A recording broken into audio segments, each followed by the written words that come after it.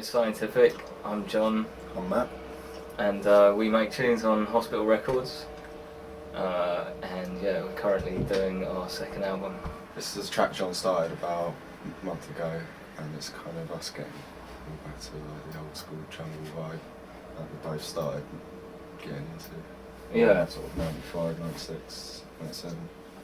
Yeah, sort of old school, sort of Dillinger kind of metalheadsy sort of sound. Generally I sort of start with the beats, and then me and Matt will sort of get together and sort of put some music over it.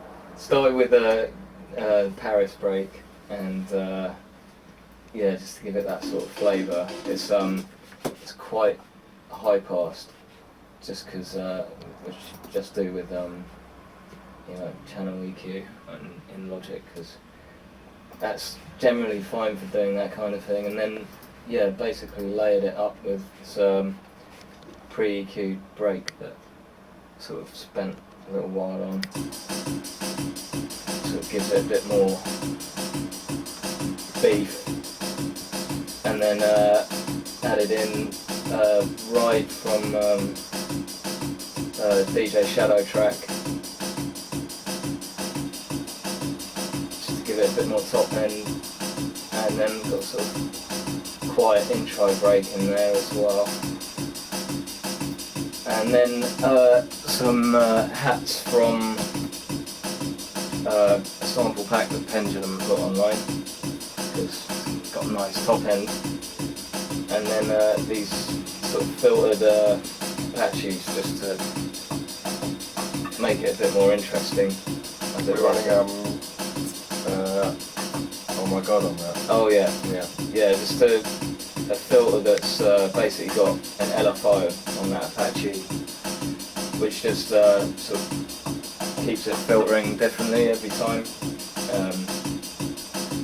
So yeah, it's a bit random, but you know, it gives it a bit more interest, sort of thing. Generally with beats, sort of like to just get them on their own as audio and cut them up at their original pitch and try and keep the original groove, and yeah, then sort of a lot of the time I'll save an EQ'd version and just, you know, have like that in the library for, you know, when I'm working on headphones or whatever. It sort of makes it a whole lot easier when you've got things ready EQ'd. Not really into sort of cutting up beats and samplers and stuff.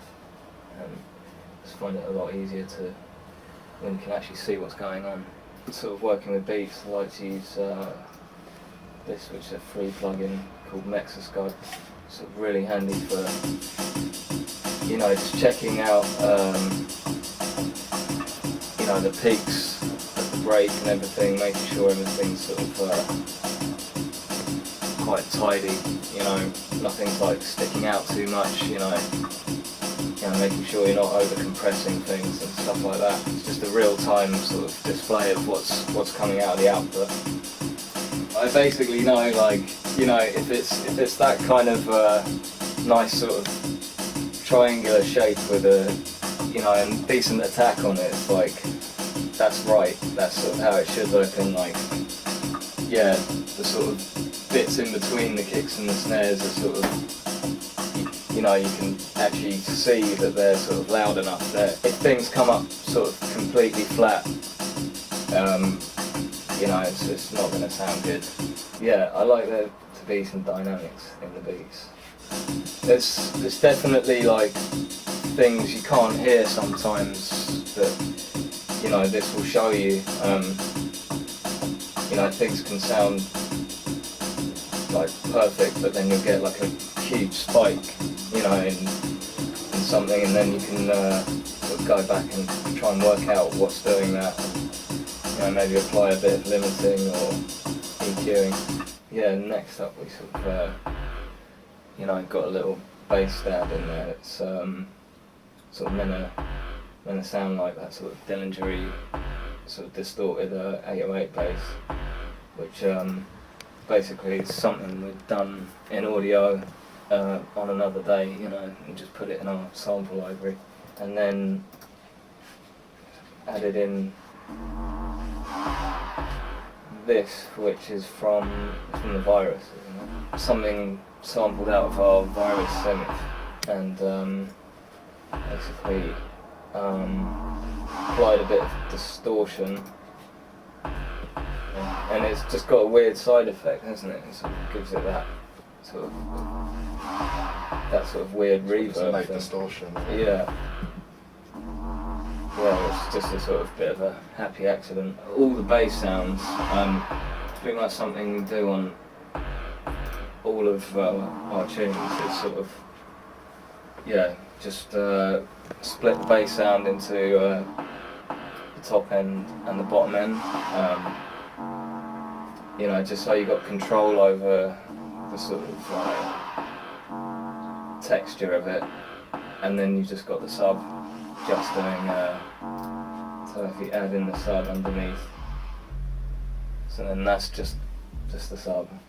That's the just the top end. You know, it's got a quite big sort of peak there to just sort of bring it out of the mix a little bit. The guy who cuts my dubs actually said there is a chance that you know, you can end up with a bit of a phasing issue, but I don't know. It's always seemed to work, hasn't it? Well, here it's about 240 hertz. It's kind of different for. Depends, you know, if you're playing higher notes, you don't really want those to disappear. And it depends what kind of mid-range you want out of the bass as well. But in this case, yeah, 240 hertz. Sort of. So you still get the roundness on the sub, you know, the bit around the kick sort of area. Yeah, you sort of high pass at the same point there or thereabouts. Yeah, for the string section, it's a sample of an old library record from the early 80s, and just chopped it up and stuck it in the EXS. I had it sitting in the EXS for years and never really got around to using it. So, yeah, it just seemed like the right tune. Yeah. Sort of, it's got that old sort of 96 sort of vibe about it. Yeah. What have you done to that? Cut all the low end, well, just about all of it. Well, yeah. We tend anything that isn't sort of like a subby sound or a bass sound, just kind of cut the low end on it. You know, just give all that space up to the bass and the beats. Yeah, your overall mix generally louder then. Yeah, in the breakdown in the middle of the track, stuck a high string over the top. It comes out of the, was it a JV 1080? Yeah. Well, it's actually out of the JP 8000, but it's the same. Yeah, same sound. Same sound. It's just sort of classic. Sort of typical classic old school high string. I've had that sitting in the EXS for years as well. Occasionally wheel it out. Yeah, it's bleep sounds from things from the virus. It's been as well sitting in our sample library for a long time. Got a stereo delay on it and a channel EQ.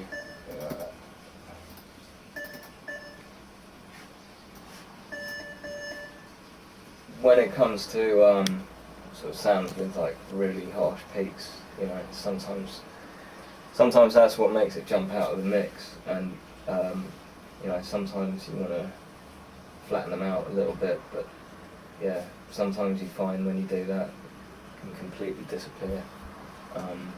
You've got to sort of pick the right ones. Yeah, occasionally like to get into edits at the end of the bar, do something sort of different that doesn't appear in the rest of the track, and here I'll play the whole thing so you can hear it in context.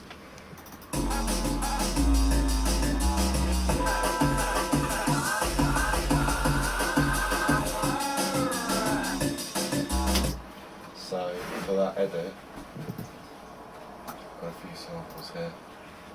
That sort of classic, old school jungle sort of sounds, you know. So I'm using Effectrix, and you've got a whole range of different effects here that you can just draw in, and it kind of, when the sound comes in the bar, the sequence starts running and you can just draw in different effects.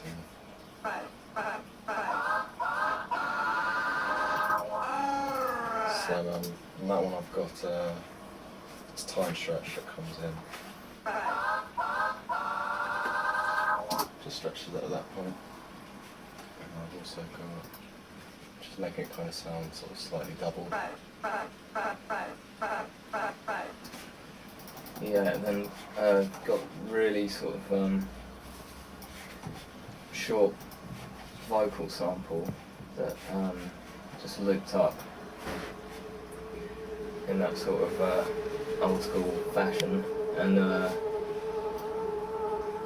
yeah, it's basically filtering up. Yeah, basically it's just got a filter with yeah, just sort of good for sort of build up.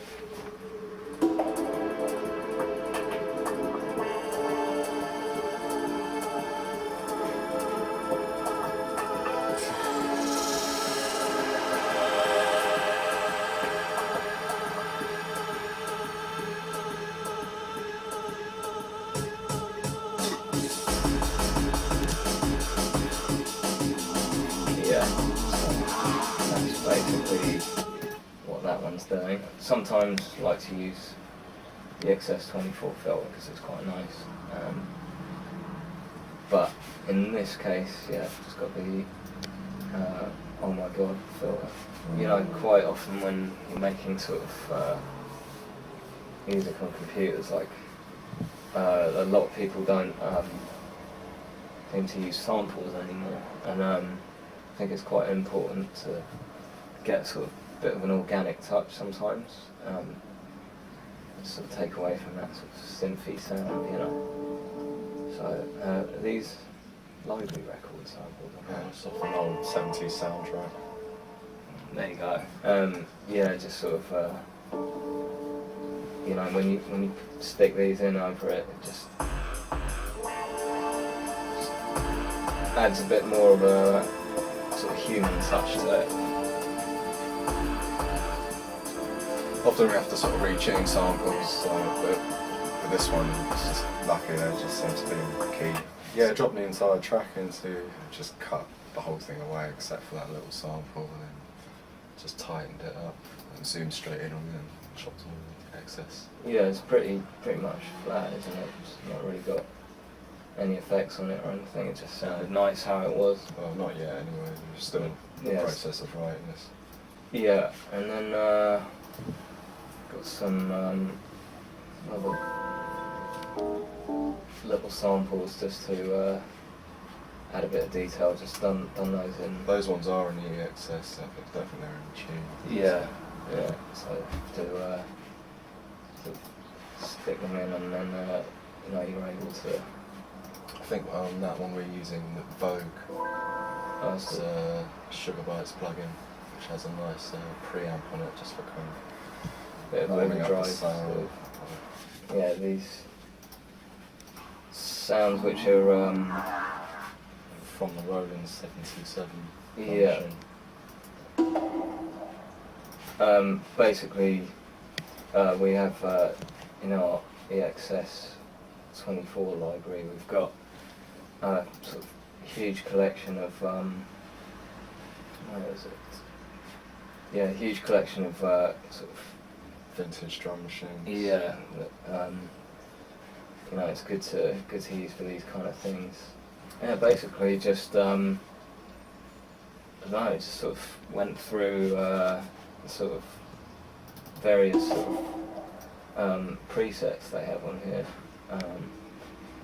and just found the one that sort of like fit nicely over the mix. Had the sort of right, just a Logic preset, so it just worked, sounded nice. I think, yeah, basically the mix down.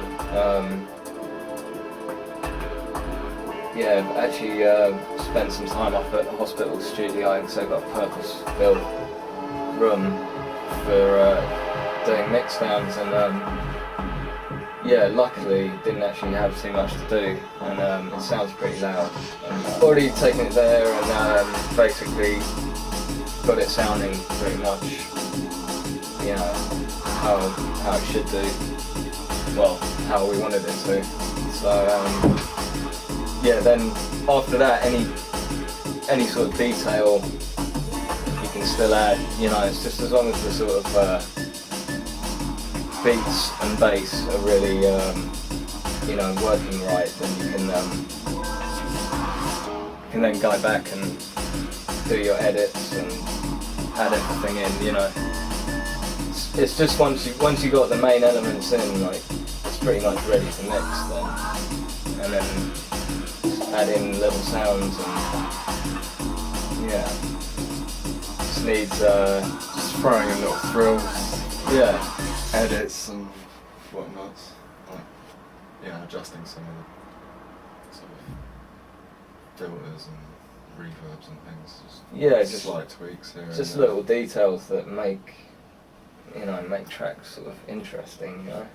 And it's quite a simple tune on the surface, but that doesn't mean you can't, you know, add in sort of quite a lot of minor details that, you know, maybe even subconsciously will make it more sort of listenable, you know, as well as working in a club environment. We've been Cyantific. Thanks for checking out our track.